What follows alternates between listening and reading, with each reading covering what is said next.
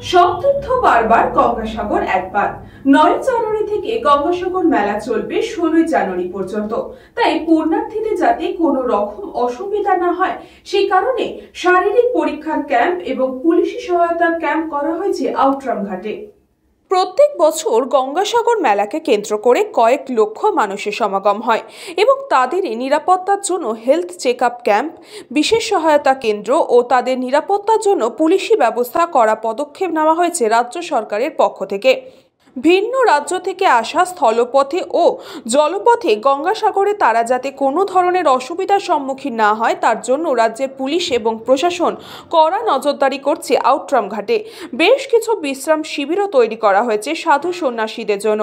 সেখানে বিশেষ সুবিধা, পানীয় জল, শারীরিক চিকিৎসার জন্য বুথ এবং সহায়তা কেন্দ্র, সিসিটিভি ক্যামেরা দিয়ে গোটা চত্বরটা মুড়ে ফেলা হয়েছে যাতে পুণ্যার্থীদের কোনো সমস্যার সম্মুখীন না হতে হয়।